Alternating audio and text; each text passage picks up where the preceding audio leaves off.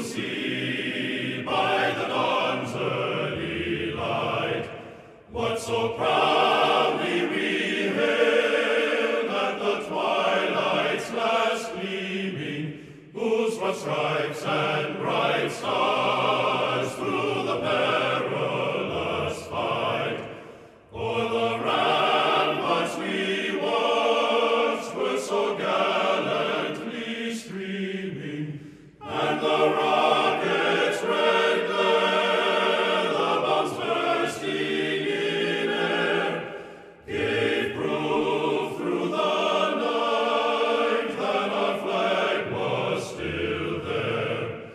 Oh, say does that star-spangled banner yet wave o'er the land of the free and the home of the brave?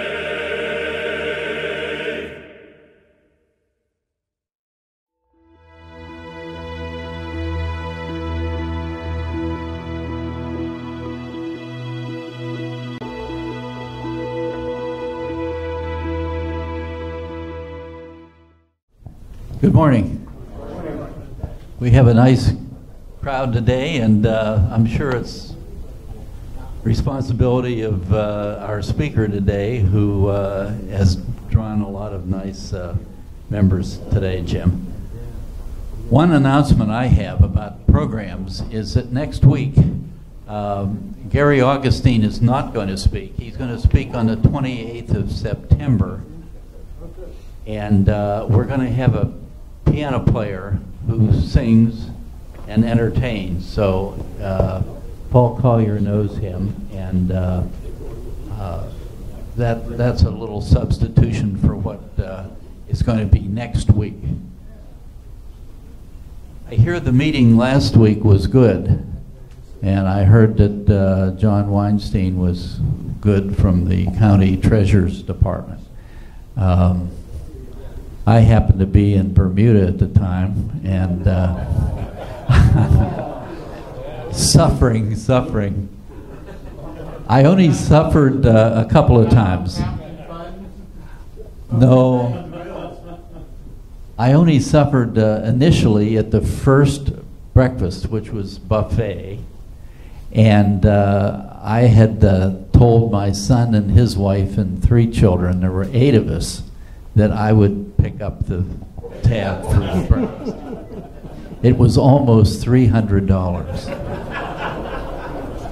So after a week of that, I was limping home. My wallet could go into my pocket much easier, and but I'm glad that the meeting last week was a good one. We're lucky this week.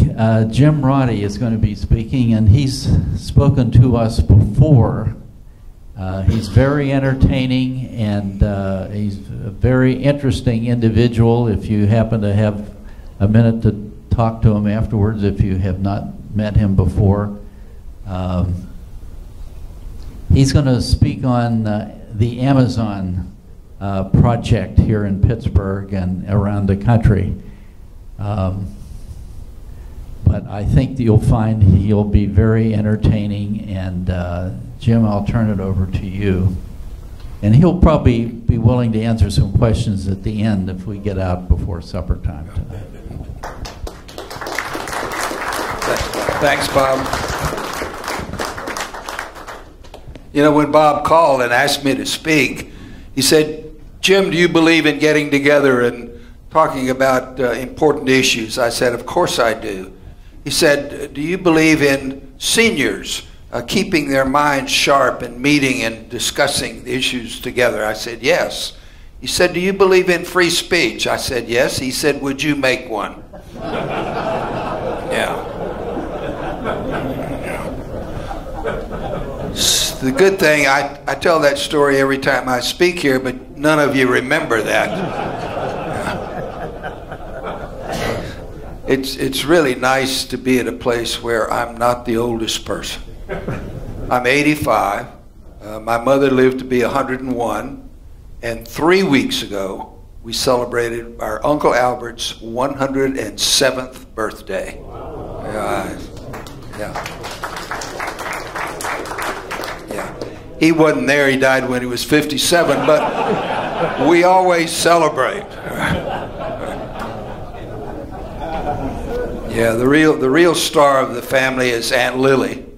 Aunt Lily, when she was 75, she started walking 5 miles every day. And she's 96 now, and we don't know where the hell she is. Keeps walking. But being 85 is not bad. Of course, some of you may have experienced this. I was told good news when I turned 80.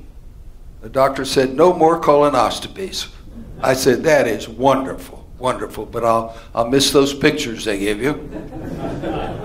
Yeah, I've been using them for Christmas cards. I send them to people I don't like. Thinking of you, happy holidays. Well, today I'm going to talk a little about Amazon and the likelihood of them coming to Pittsburgh or not coming to Pittsburgh. You've all heard a lot about Amazon. Wherever they have put their new headquarters, it will be their second world headquarters. They headquarter now in Seattle, and they want to have a presence on the East Coast. And they're talking about over a 7-year period employing 50,000 people. And those would not be jobs in shipping or packaging. These are all back office jobs, accounting, all administrative, all high-tech jobs, a lot of technology that the company uses. And we already have a distribution center in Pittsburgh, in the Pittsburgh area for Amazon. They have about 80 of those all around the country. And of course, if you order something, it usually gets there within a day or two, so they have to be pretty efficient to do that. But first I have to give you a disclaimer. I have no special information from Amazon about where they're going to go or what they're going to do. I have had some involvement in preparing the presentation that was made to Amazon. And as you know, the government, Pennsylvania government, has never released the figures of how much incentive we are offering Amazon. And that's going to be a big issue. And what we don't want is to see that they have chosen the final 2 or 3 cities from which they will decide. And then they say, well, now how much will you give us? And we hope that doesn't happen. They claim that they're not going to do that. But already, Maryland is offered $5 billion. New Jersey is at $7.5 billion. So I think that while they say that they're not going to be influenced by that, when you're talking about those kind of dollars, I can tell you that so far the only thing we know for sure on Pennsylvania is that the governor has offered $1 billion if they come either to Philadelphia or to Pittsburgh. But we don't know what Pittsburgh or Allegheny County has put in the pot. And I would think maybe at least another $500 million.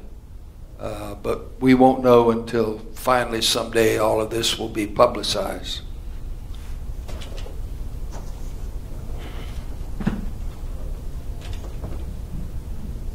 But there are 16 issues that they're looking at.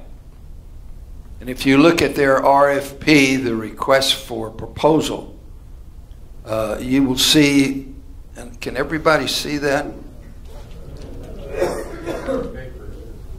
There's some handouts in the back if you want to pick up one of those. When you leave, it has all of this same thing that we have here. And I've divided these into two issues, business issues, and of course, everything is a business issue, but there are some quality of life considerations also. Now, number one is they want to be located where we have technology universities, universities that will allow them to have experts in technology, and that's at the top of the list. We come across very, very strong there. Carnegie Mellon is arguably one of the top 3 computer science universities in the world.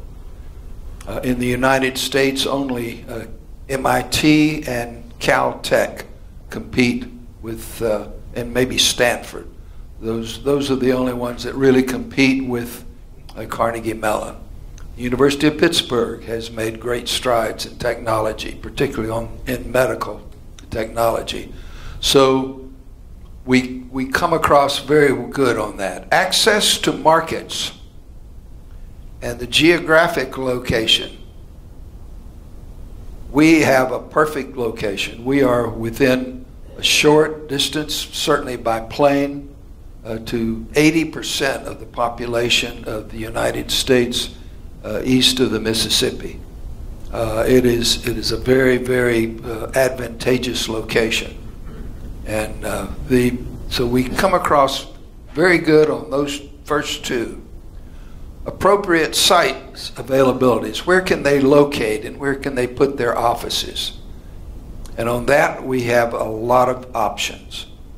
Probably the best option is what is called the Amino property, which is on 2nd Avenue in Hazelwood. And it's between downtown and Hayes and the Glenfield Bridge. It's flat. It was an old mill site. It's been remediated, and it's prepared now for development. It will be connected with the downtown with some sort of a rapid rail system. But right now, that would be one location that would be very advantageous. The next thing is workforce availability. And there we fail. And that's going to be a very, very crucial element of looking for where they're going.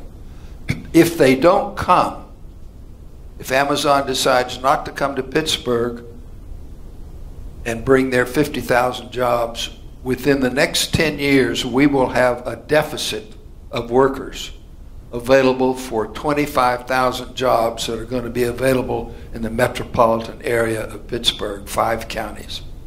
We just do not have enough people because we have very little immigration and we don't have a lot of people moving in. The single biggest problem that Pittsburgh has had, and almost every other problem can be traced back to this, is that we're not growing the population. From 1978 until 1983, we lost 250,000 jobs. About 175,000 of those were in the steel industry. The rest were related to steel, part of the supply chain. And we lost all of those jobs. And when the people left, they didn't take their share of the pipes and the sidewalks and all of the utilities. And so they left for the rest of us to pay the taxes. So unless we can start growing again and growing the tax base, everyone in this room can put together a very long list of things you would do if you had unlimited resources. And we'd do things for health care and education and the environment and infrastructure. None of that's possible if you don't grow the economy, because all of those things take money, they don't produce money. And the only way you pay for them is to get more jobs and grow the economy. So that is our number one weakness, the fact that we have not been growing. So if Amazon does come and creates 50,000 new jobs over a period of 7, perhaps even as long as 10 years, that would be great for the region. But let's look at the rest of the items. Workforce availability, we already know that we don't do very well, and that's going to be important. Taxes, we don't do very well there. Incentives, we don't know. Amazon's a big company. They've got a lot of cash. Whether or not it's going to be an incentive war, we don't know. But we're not going to be competitive if others are offering $7 and $5 billion and we're offering $1 billion. So that's not going to be an important advantage for us. Cooperative government, local and state. Where would you think we land at there? We don't do very well. First of all, having 130 municipalities is just insane. It is the most difficult and wasteful project, government that we can have. If Pittsburgh had the number of municipalities, if the Allegheny County had the same number of municipalities, that would be the average across the country for population and area. We would have 8 municipalities. We have 43 school districts. Maryland has 1 school district per county, and we have 43 just in Allegheny County. So the myriad of business governments, small governments, and school districts, and taxing authorities is just mind-boggling, and that doesn't count all of the authorities: the airport authority, the port authority, the water and sewer authority, all of the agencies that we don't call government, but they are government run. So local government, we're not going to look very good. Now the airport is a question mark. The lady that's running the airport, Christina Castotis, is probably one of the best in the country. I don't know how we managed to keep her here, because she has been a superstar. She took the airport and has got new projects going on out there. She's added airlines and added flights. How many of you have heard or know about an airline called OneJet? OneJet started off just exactly the way they got their name. They had OneJet, and it was a Hawker 800, which is an 8-passenger English-built jet, small private aircraft, and they started with that, and they added 4 more. And they were very smart. They looked around the country and they said, who doesn't have a hub? Where are there some fairly large cities that don't have a hub and don't have access to a lot of direct flights, nonstop flights? Well, we popped up pretty much as number 1, because when we lost U.S. Airways, U.S. Airways at one time had 510 flights from Pittsburgh a day. When they finally merged with American Airlines, they were down to 37 flights a day. And if you arrive at the airport after 9 o'clock at night, you know it is like a ghost town. No one's there. I just came in from New York yesterday, last evening, and the New York airport, of course, is bustling all day long. People you hardly walk through the airport. So the airport is a question mark. We've had some improvements, but losing U.S. Air was a big blow to us. Now, I miss them particularly for the Christmas promotion that they had. They put mistletoe over the baggage check-in so you could kiss your bags goodbye.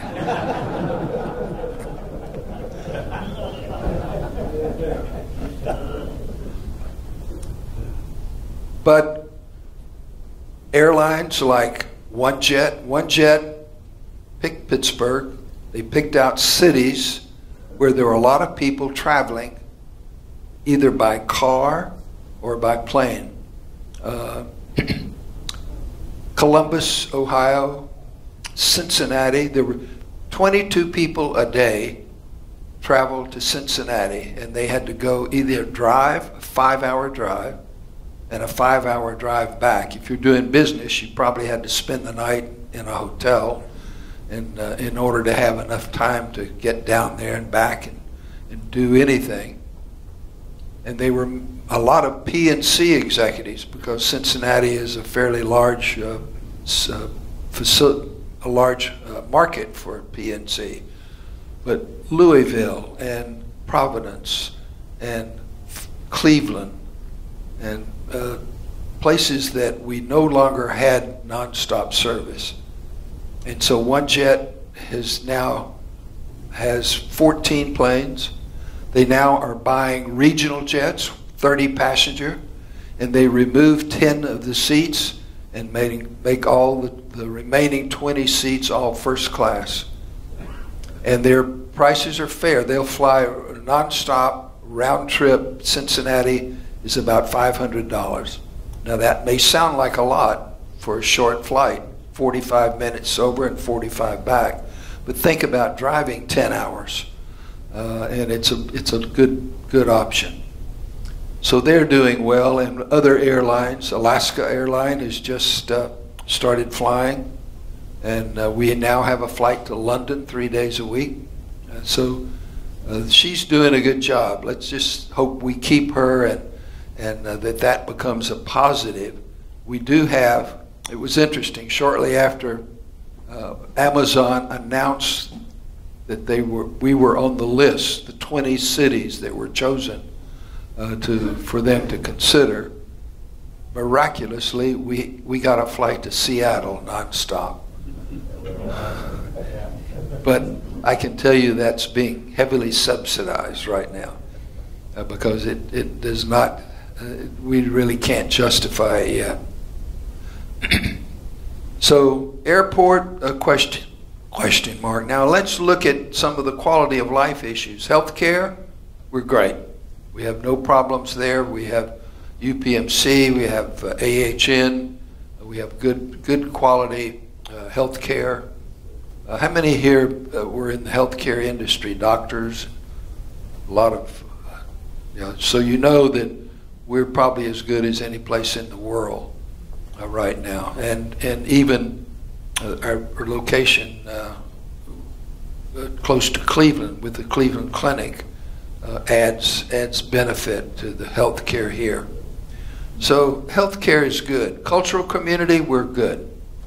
For our size community, we have a high quality symphony and opera and ballet, and we have every kind of cultural amenity that you could want.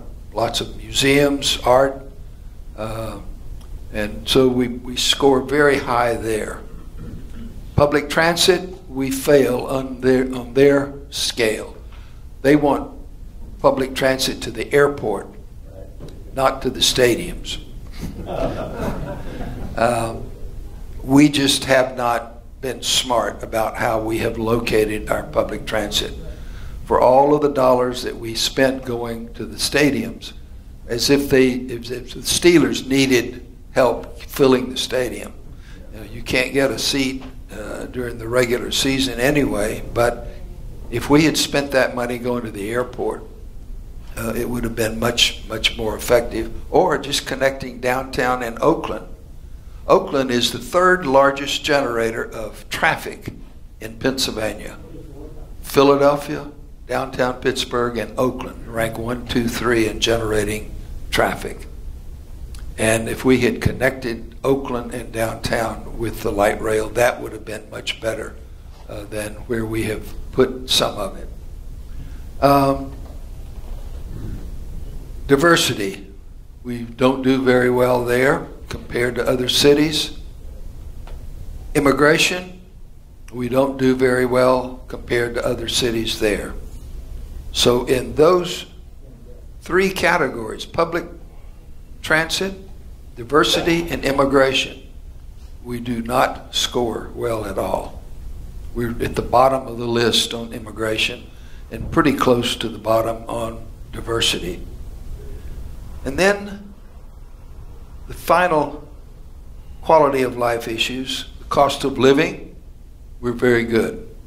We are, maybe if they bring 50,000 people and build, they're talking about building 33 buildings to house all of their headquarters. Maybe the cost of living will go up. Certainly downtown Pittsburgh, the housing markets will get more expensive. But right now, cost of living is very good. We have a lot of affordable housing compared to other cities. I was just in San Francisco, and I went to someone's home, and it was a nice home, and it wasn't what I would call opulent. It would be a modest, upscale home in Pittsburgh, maybe $300,000. They'd paid $2.1 million for this place. It was just, I couldn't believe it. But they said that was a bargain, that they could sell it for more than that. Recreation, we're good. We don't have to worry about the recreation. The Pirates are even doing better. Wasn't that long ago when they were considering hiring Dr. Kevorkian as their team physician. But they're doing well. The Steelers won. I don't know what it means to win an exhibition game, but it's better than losing, I guess. But I think we're going to have a good season. And finally, public schools. And there is, again, a question mark. If they're looking for good public schools in the city of Pittsburgh, they're going to have to look at private schools, Propel schools, some of the charter schools, but not the public school system. Suburbs generally are good. We have some weak school systems in places like Wilkinsburg and in the Mon Valley, but usually our suburban schools are decent and fairly well rated, but not the city of Pittsburgh. They're in the lowest quintile right now across the state. So, what does all of this mean? It means probably that of the 20 cities that they chose, we are going to make the list of the final 5. But I do not believe, and I could be wrong, and I hope I'm wrong, but I do not believe that we will be the city that they choose. I think we have too many things to overcome that are important to them, particularly things like diversity and immigration and public transit and working well with the city government. If you talk to a developer in the city of Pittsburgh, they will tell you that it takes 2 years to get a building permit. It's just a nightmare of regulations and delay. I don't know if you recall that, and maybe you weren't aware, that Whole Foods, which has a store in East Liberty, wanted to expand and double their size, and the mayor would not let them move. The mayor of Pittsburgh, Bill Perduto, I call him our hippie mayor, he would not allow them to move. Let me explain. It's not because he's a Democrat. I have Democrat friends, several of them, and I certainly wouldn't want my daughter to marry a Democrat. But the mayor told them they could not move, they could not expand unless they agreed to build low-cost housing where they were developing their store. Well, that's not Whole Foods Market. And so they refused, and so they didn't move, and we didn't get the advantage of an expanded facility. Guess who owns Whole Foods? Amazon. They're gonna remember that lesson, unfortunately. So I don't think that we're going to be the one that's chosen. Right now, if I had to guess, I would say I'd put my money on Toronto, Toronto, Canada, if you go through this list, Toronto comes up very, very well, particularly on areas where we do not do well. Northern Virginia would be the other area. Northern Virginia, and the outlier, the one that no one's talking about, is Indianapolis. They may be a little too far west to have the access to the markets that they're wanting, but actually they score very well on a lot of these issues. But Toronto and Northern Virginia right now look like the two most likely places.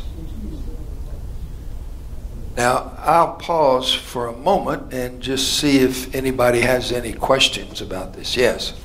Jim, I'm really curious about the fact. I'm really curious about the fact that since New Jersey and what was the other state? Maryland. And Maryland went up front and just said how much incentive they would offer. Why didn't Pennsylvania release what their offering was in addition to the $1 billion? What was behind that thinking? I talked to the governor. I talked to Rich Fitzgerald, the county executive, who I think does a good job as a county executive. I'm very impressed with him. And I talked to the mayor. I don't talk to him often, but I did ask him. They claim that they don't want controversy before. They don't want people complaining or demonstrating about giving away money to somebody. They're afraid of the controversy before the decision would be made. Once the decision has been made, they will disclose it, and then they will deal with that. But they think that if they think we're a city that's going to object, and one of the things that people, if you create that kind of controversy, you're going to have a lot of people that will tell you the terrible things about Amazon. And so, you know, how they're putting other companies out of business, and how they're not going to, our traffic will be terrible, our schools will be overcrowded, all of these things of them coming. Not everyone likes change. They did a survey in Allegheny County, and 46% of the people that live in Allegheny County live here specifically so that when the world comes to an end, they'll have 10 more years.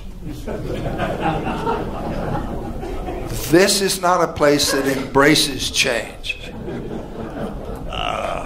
Okay. You talk about Hazelwood as a place for Amazon. Where would you live? Where would you live if you got a job in Hazelwood? I mean, why not out by the airport? There's so much land out there. That's another option. That seems to be the best place for. Well, it would ideally it would be out to the air. We have all sorts of land there, but they have said in their proposal that they want an urban environment, and so Hazelwood is the part of the plan for the development of that land includes a lot of housing, and so. But there are other places. There are places on the north side, on the North Shore, that would be good. A place in the Strip District. There's plenty of land in the Strip to, if they want an urban development. But ideally, the best place would be the airport, I would think. Jim, one of the things that we hear a lot about is workforce availability. And with Pitt and Carnegie Mellon and all the other universities, graduating classes of I don't know how many.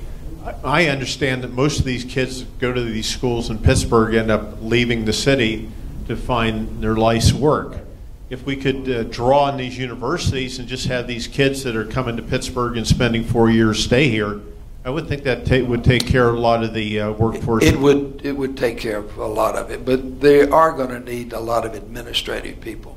And right now, we just really have a deficit of people that have technical abilities and the jobs that are available. Manufacturing today is more about technology than it is anything else.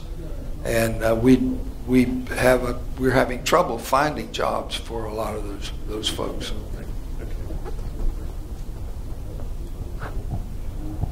I don't know much about Amazon, but why do they need to expand in just one location? Seems to me that if they were in several places, it would not only help several communities, but what is it about the work that they do? I mean, it's just not a distribution center, it's for business, right, and technology? Could they not be more in one place? I have no idea what their thinking was. It's certainly a good argument. But evidently, you know, they come from an environment of having 35 buildings and 50, 60,000 people in Seattle, so they think that's just fine. Yes, I just want to point out a couple of things here. First of all, over time, the city has changed.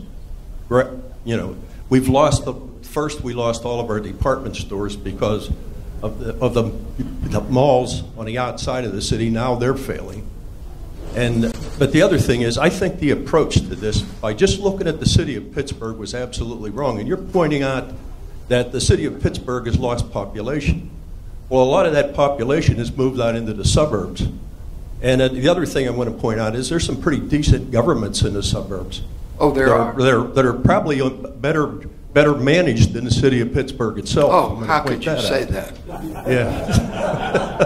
So I don't know. I think like I said, I think they've gone about it wrong, and they need to take another look at it. Well, get it into our area. Yeah, you know. but that a lot of people have moved out of the city into the suburbs, but the county has also lost. We were what used to be 1.5 million people in the county. And the county today is 1.2 million. So we've lost a lot of people in the county. Area is growth. Not really. Well, I don't know. Yeah, it's flat. Yeah, it's flat. There's some areas. Washington County's grown. Southern Butler's County has grown, but other parts of the area. The township alone is up more than 2 million over the past few years. We're 14,000. No, yeah. There are pockets that there's growth, but overall, when you look at it overall, we haven't matched the national average of growth. Of the 50,000, what's the percentage of how many people they would bring in versus how many they would hire locally? I don't know. I would say they would hire as many locally as were qualified. Probably they would take up every qualified person would have an opportunity to work there, which would be positive, certainly. But we already have a fairly low unemployment rate. The unemployment rate is down in the 4.4 range, and a lot of those people, at least half of them, are probably not going to work for someone like Amazon. So it's pretty narrow, the people that would be available when they come in. But I think it would be great if they come, and it'd be great if 50,000 people, they create 50,000 jobs, 10,000 of them go to people locally around here, and 40,000 people move to Pittsburgh. I think that would be a great outcome, as long as it's over a period of time and we're able to manage that growth. Jim? Yes. I'm sure most of the folks here in this audience remember the Sony project. They remember the Volkswagen project. They know what goes on with public subsidy of stadiums across the country. Yes, Volkswagen and Sony were in the same facility. Yeah, right. Right. So we're aware of public subsidy for private enterprise and a race to the bottom very often to give away the store for taxpayers. And I think that's why you have the skepticism here in Allegheny County about Amazon. Amazon has a clear record of attitudes about labor and about so-called efficiency and everything, and public subsidy, really, of a lot of their operations. So I think you see a lot of skepticism. Do you see parallels with any of this? Of course. With Sony and Volkswagen? I can remember when I was not in office, but Tom Murphy, the mayor, and I was active in government, but not elected. Tom Murphy wanted to put retail in downtown Pittsburgh. And he put together a fund of $41 million, and we gave the money to Lord and Taylor, to Saks Lazarus. He said your revenues have to reach a certain number before you have to pay any of this back. And if you looked at the number that they had set for the revenues, they would never have to pay it back. But in addition to that, they all left. And Lord and Taylor left. Lazarus left. Now we were left with some nice buildings to rehab and make apartments and parking lots out of. As did Sony and Volkswagen. Yeah. Yeah, big time. But you're right. The subsidies we gave. I can remember the state giving technology companies $8 million.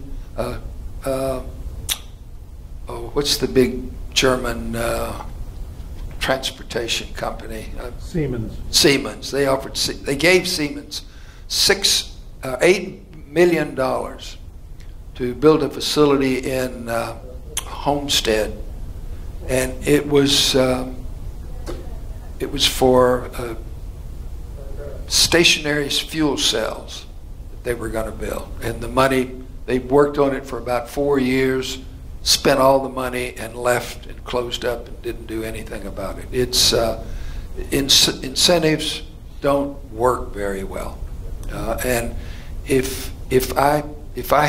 tried to convince Tom Murphy that if he would put all of that money, the $41 million, into downtown housing, that would do more for spurring retail than giving it to the retailers. Because once the market has enough people, restaurants, theaters, retails, hotels, they all come. Now, I think downtown, if you look right now, we have more hotels than we can support. They've gone from one extreme to the other. And we have an awful lot of those. But those have not, to our credit, that we haven't been giving these subsidies.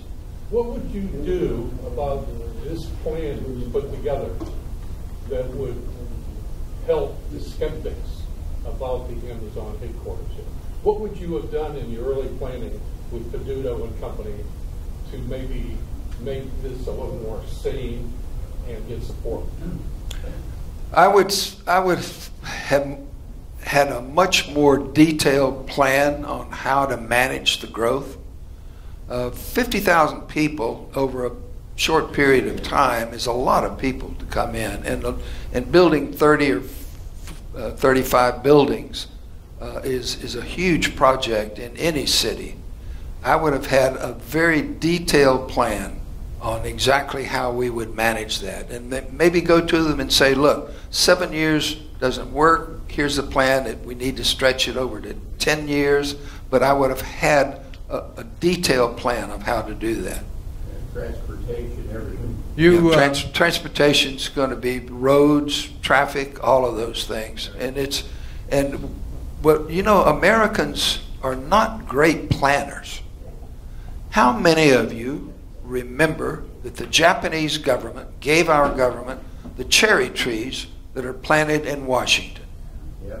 We all know that. Why did they do that? Everybody knows that. Nobody remembers why. They knew they were going to sell all of those cameras and film for us to take pictures of the trees. That's long-range planning. That we don't. Americans are specialists at crisis management because we wait until there's a crisis and then we go on in and try to fix it. Well, all the politicians, the U.S. Air deal, you guys worked out, and the Port Authority deal, when they were building the transit, they stopped the busway at Carnegie instead of taking it out to the airport. And I think you were on the board then. Why did they do this? Why does the government, you politicians, let this happen? And same thing with this the kids, they want them all to go to college instead of taking up the trades. That's why we're short in the trades. Well, I knew we'd have a Democrat here, but... I'm not a Democrat, I'm an independent. No, I was not on the board when they built the busway. But you're right. We have done projects that were not well conceived. Captain Roddy, are you part of the decision-making process? Are you on a committee or part of this? No. You are? I am not. Yes? No. Okay. Well, I wish you were. But his reference to captain is that I was a captain in the Marine Corps. Once a Marine, always a Marine. But if you hear that I got called up, you'll know our country's in serious trouble. I heard a rumor, I don't know how true it is, but there's a massive project in Atlanta with a huge number of buildings and parking facilities. Nobody will say what it's for, but a lot of people think it's for Amazon. Do they know something that nobody else knows? Or? I don't know. The traffic in Atlanta might be a negative. Jim, going back. Use the mic. No, just put it You on. hear me now? Jim, you go back to 1979 or so in the city and probably know something about the sign that's been in the debate column for years, sitting up on the hill on Mount Washington. And I was wondering what your current thinking is as to whether is it happily solved, or you know what I'm talking about? Yes, it used to be the Westinghouse sign. And it had a different message, and I think it did about 1 million different systems that they could, or designs that they could show. I owned that sign when I bought the company, and we bought that sign. Been talk about it should be torn down, as you know, in the past year or so, or they have a covering over it. Yes. If the sign could be purchased by someone who would have a nice display up there, like Westinghouse, if there was, I think it's fine. Otherwise, it probably doesn't fulfill the role that a billboard is supposed to fulfill. I'd like to ask, is there any movement towards rapid mass transit, rail system, not buses? No. You're going to need it. It's too expensive to operate. We've made a decision in this country that we are not going to put money into rail. We're going to put it into highways, and that decision was made in the '60s, and we lost our opportunity to have a good rail system. But a high-speed rail is wonderful. I've ridden the trains in Europe and in Japan and in Germany, but the problem is the subsidies. All mass transit is subsidized. I think the Tijuana trolley is the only thing that breaks even. Every system that you look at across the country is subsidized. The Port Authority is subsidized 50% from the fare box, and the rest is subsidy. And high-speed rail just eats up the money. It is terribly expensive. It's wonderful, but other countries have said we're going to do that. We're not going to build roads and turnpikes. We're going to build, and they're right. They use less right of way, and they disturb the ground and the country a lot less. Well, it's projected we're going to have megalopolis. Pittsburgh, Buffalo, Cleveland will be one mass area.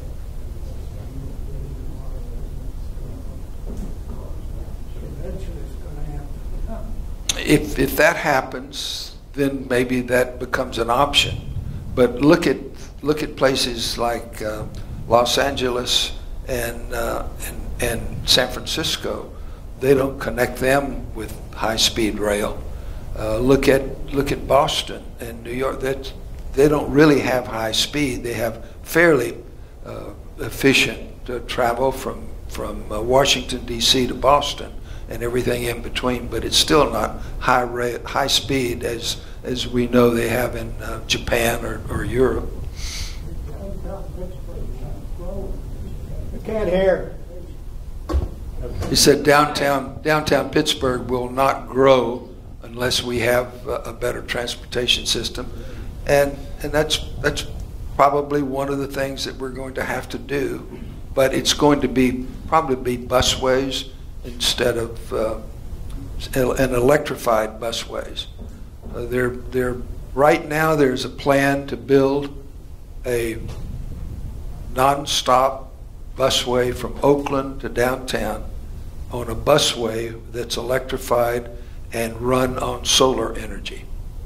The buses would all have a solar roof, and if that could be helpful. Jim? We have so much sun, yes. The urban development that Mayor Peduto has been doing has resulted in displacement of people because the, quote, affordable housing that's supposed to take place is not affordable. I've been to Seattle many times, and I was just there, and one of the things that you see and they don't talk about and nobody talks about is that under every freeway in Seattle are tent cities where the displaced people have had to go because they can't afford the housing. I know Peduto is doing this, quote, affordable housing to bring young people into the area and displace the poor people so they can increase the tax base. Isn't this whole Amazon thing intended to increase the tax base so they can get out of the tax hole that they're in right now? Well, it would help. It would help to grow the tax base, certainly. They have a structural deficit, and eventually they'll have to keep raising taxes. They've done a reasonably good job in holding the line on taxes. But a lot of people go to Seattle not just because they're displaced, but a lot of the homeless move there from other places because Washington State is so generous and giving them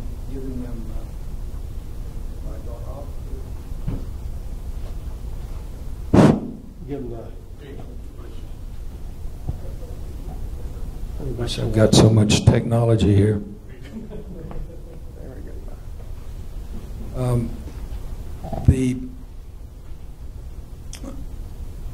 The people in Washington are up in arms about the homeless, and they're just complaining to the government. But people just keep moving in because the state government in Washington is very, very liberal. They're one of the states where recreational marijuana now is available, along with Oregon and California and Colorado, and that's probably not going to be a very good outcome. But the homeless go to places where the weather is mild. Seattle has relatively good weather, a lot of rain. But it's not bitter cold like some other areas.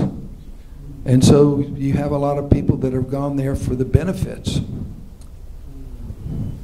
And I've heard that either Seattle, Portland, or both are offering free plane tickets to all these people to get back to where they're from.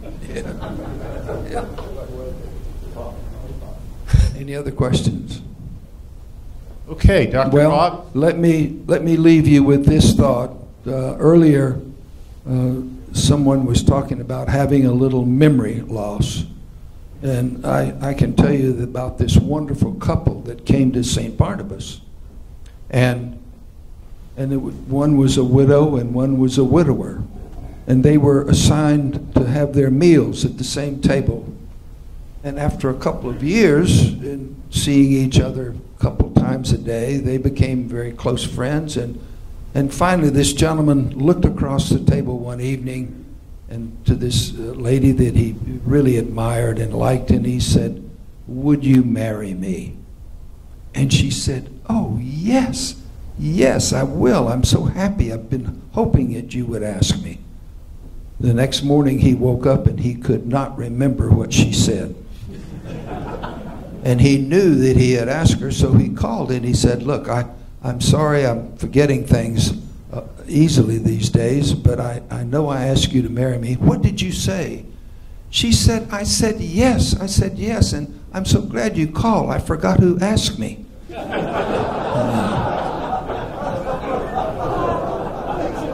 Okay.